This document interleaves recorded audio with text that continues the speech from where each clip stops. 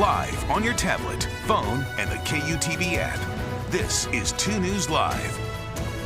Thanks for joining us on 2 News Live. I'm Brian Schnee. It is Friday, December 8th. A lot to get into tonight, looking at our recent batch of winter weather moving through parts of northern Utah, and also new information about a shooting on the Antelope Island Causeway from last month, what charges the juvenile suspect is now facing, and what we learned today. Before we dive in, here's a look at what's making headlines. You can find all of this on our website right now, KUTV.com. Utah Attorney General Sean Reyes will not run for a 4th term. Reyes just made the announcement in a video posted on YouTube this afternoon. He's been under intense scrutiny because of his relationship with Operation Underground Railroad founder Tim Ballard and a state audit looking into his work calendar. He addresses some of those in that video. Also in your headlines tonight, Utah Senator Mitt Romney celebrating as $70 million makes its way to Iron County. UDOT just awarded those funds from the Infrastructure Investment and Jobs Act. They plan to use that money to improve I-15 in Iron County by replacing an interchange on that interstate near Cedar City. The president of the Church of Jesus Christ of Latter-day Saints, Russell M. Nelson, just appointed Elder Patrick Kieran to fill a vacancy in the governing body. Kieran replaces M. Russell Ballard, who recently passed away. Finally, in your headlines tonight, the ATF Salt Lake City field office welcoming a brand new member to their team. A cute one on your screen. Photos of their new explosives detection canine, Jasa. ATF leaders say she just completed 12 weeks of intensive explosive detection training, and I'm sure she's a joy to work with. As we go in depth tonight, you can always get in touch with us during the show. Use the hashtag 2NewsLive to join in on the conversation. You can find us on the socials, not just me. You can find Chase Thomason on Facebook, on X, on Instagram. Always friendly for a DM. Just don't get too saucy. I know it's a Friday night. All right, let's get into our weather now. It's been severe in spots. Take a look at your screen. Whoops. Don't pump those brakes too hard if you're on the freeway and it's wet out there. This was from UHP showing some slick roads in Davis County. This was a close call for troopers, and they say they've seen plenty of these, and they're asking drivers, of course, to slow down, be prepared for these conditions. Still more snow in our forecast, at least maybe lingering around parts of tonight, and we'll see what's coming our way here with meteorologist Chase Thomason with our first alert forecast and a fine look at all of those diehards up at Big Cottonwood Canyon on a weekend. It's Friday. Weekend, but Friday, same thing for the ski community. At 4 o'clock is when the resorts close. We're now at 5:30, hour and a half after closing, and it's still a parking lot. Folks just trying to get out of the parking lot because Big Cottonwood Canyon, folks are going 5 miles an hour. Just look at how much snow has accumulated on some of the roof racks. I mean, it's still coming down. It was definitely doing its thing there in the Cottonwoods today. Which is great. We had impressive snow totals, and we might see additional accumulation. Take a look. Alton Snowbird, 18 inches. This is just in the last 24 hours. If you look at Thursday as well, we're getting closer to 2 feet. Solitude, Brighton, Beaver Mountain, 13, 11 at Snow Basin, Deer Valley, 10. So someone's going skiing tomorrow. It might be Schnee. Hope so. And you got a lot of fresh powder to enjoy. And again, we're going to be opening up more terrain, so that's fantastic news this weekend. Now, here in the valleys, I got a skiff at my house. A lot of folks getting a skiff of snow, but some areas, especially towards Davis County, north of Centerville, in the East Bench, Layton, Fruit Heights, Ogden, 3 to 5 inches. Heber, 3, Tremont, and Bountiful, and Holiday picking up 2 inches of snow. We still have a couple lingering snow showers out there, and this will continue until about 9 or 10 o'clock.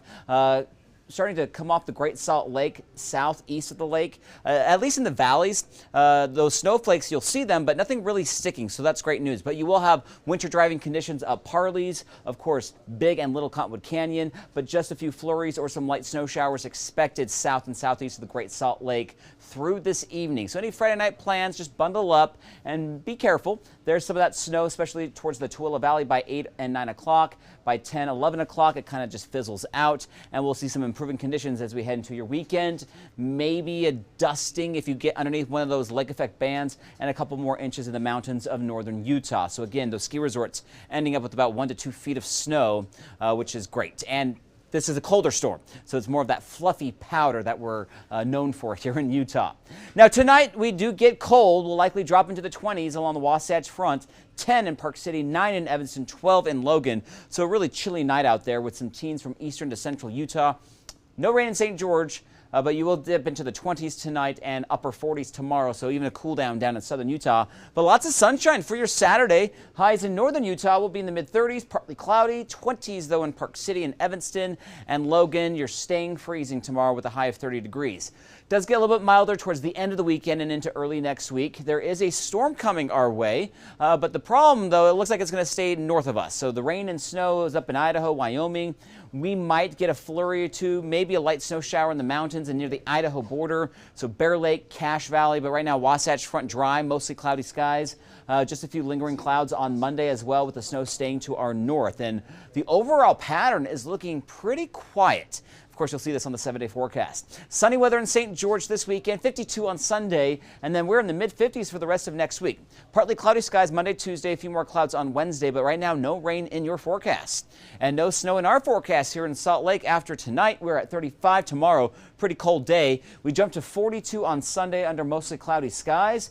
We have a couple more of these weak disturbances that just kind of fizzle out. They don't really bring any moisture, so some clouds. Tuesday, Wednesday, low 40s though, which is kind of mild for this time of year. It is December. We might dip into the upper 30s by Thursday and Friday. So a week of dry weather coming our way. Decent looking forecast there. I would love to see a little bit more of this here. Not the Los Angeles snake here we got right now. And Big Cottonwood. Snake. If you're in that right now, I'm not envious, but I hope the legs are feeling it a little bit from some powder today. I am a little jealous. I won't lie. A good Spotify playlist. Yeah. And just enjoy the ride down. Got the tank full of gas. Hopefully you got some snacks there in the car. Yeah. And just behave on those turns, please. All right. Chase, enjoy your weekend. Thank you. Thank you. Remember to download 2 News weather apps, of course, for the changes in your neighborhood. You can get updated forecasts, a live radar right on your phone. The app is free to download. Switching it up with another view here at Big Cottonwood Canyon. I promised they were moving in the last shot, just not quickly, but they are moving. Our weather team coverage continuing now throughout the day, of course, keeping a close eye on our roads, not just in the mountains, but really all over the place. It's holiday season. Utahns might be, hitting the road despite the weather. It is a Friday night, so you're maybe heading home from work. Ariel Harrison's been living on the road today. She is live in the 2 News Weather Lab tonight. The sun has gone down for you, Ariel. It's hard to tell where you are just by looking at the backdrop. I saw last you were near Parley's Canyon. Where are you at now? Yeah, still in Parley's, headed down actually now towards the Salt Lake Valley, taking things extra slow. Here's a look at the traffic for the evening commute right now. You can see that sheen on the road indicating it's wet from the weather that came through not too long ago here. The snow has seemed to stop for the time being, but it is still very wet. It's 27 degrees right now, 28 on our thermometer in the vehicle. So that's telling us it's below freezing. We need to be really careful and aware of potential freezing on the roads.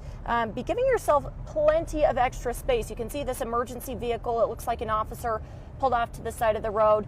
We just had, as we were pulled off to the side, getting ready for our hit, we actually had a team come approach us and just to make sure we're okay. And I asked if they're seeing many accidents or even runoffs, and they said that they haven't seen too many accidents, which is good news, but they have seen a couple of vehicles pulled off like we saw in the shoulder. So we have emergency teams that are trying to be aware and help people. You can see that there is buildup of snow on the side and the shoulders of these highways, but yeah, we have headlights that are on. People are taking it slow, and we have seen snow plows. I was just reminded with my coworker here that we have seen snow plows out making sure that the roads are clear as the evening commute goes on. But as I can see in the headlights across the way, it's a little easier to see that there is still weather moving through. So just take it slow. Give yourself plenty of space from the other vehicles, and buckle up. You should be good. Reporting live from the Mobile Weather Lab, Ariel Harrison, KUTV 2 News. All right, Ariel, travel safe to both you and your colleague there in the vehicle. You can see the light at the end of the Parley's tunnel, if you will. UHP troopers say there are some easy things you can do to stay safe out on the roads. Of course, if you have to drive, that includes making sure you've got the good tires, working windshield wipers, plenty of window washing fluid. Leaving snow piled up on your car, that is not a good thing. Get out, put a little extra effort in there because I don't want it flying off on my car. So clear it off before you start driving because it could be dangerous for everyone behind you too. This storm, of course, as Chase talked about, really good for our resorts. People just flocking to the mountains. We showed you the gridlock there in Big Cottonwood, Little Cottonwood. Snowbird is in a Little Cottonwood. They sent us this video from this morning. They've gotten a lot of snow there, you know, more than a foot of fresh powder. They say they've got 131 inches of snow on the ground so far, basically as a base for skiers to enjoy. So get after it. If you're looking to do it this weekend, pack a little bit of patience. If you're heading into the backcountry, take advantage of that fresh snow.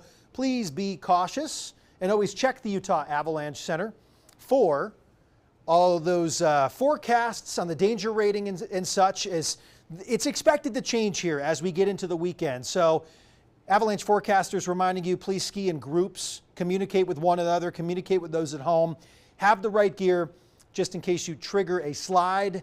And of course, be safe out there. Everyone's asked to avoid the backcountry really until further notice. We know not everyone will be, heeding to that caution. So let's be careful out there. If you're going to go up, practice all the right practices, if you will, and know all of the tools you have with you, your beacon, your shovel, your probe, all that good stuff. Want to hear from you at home.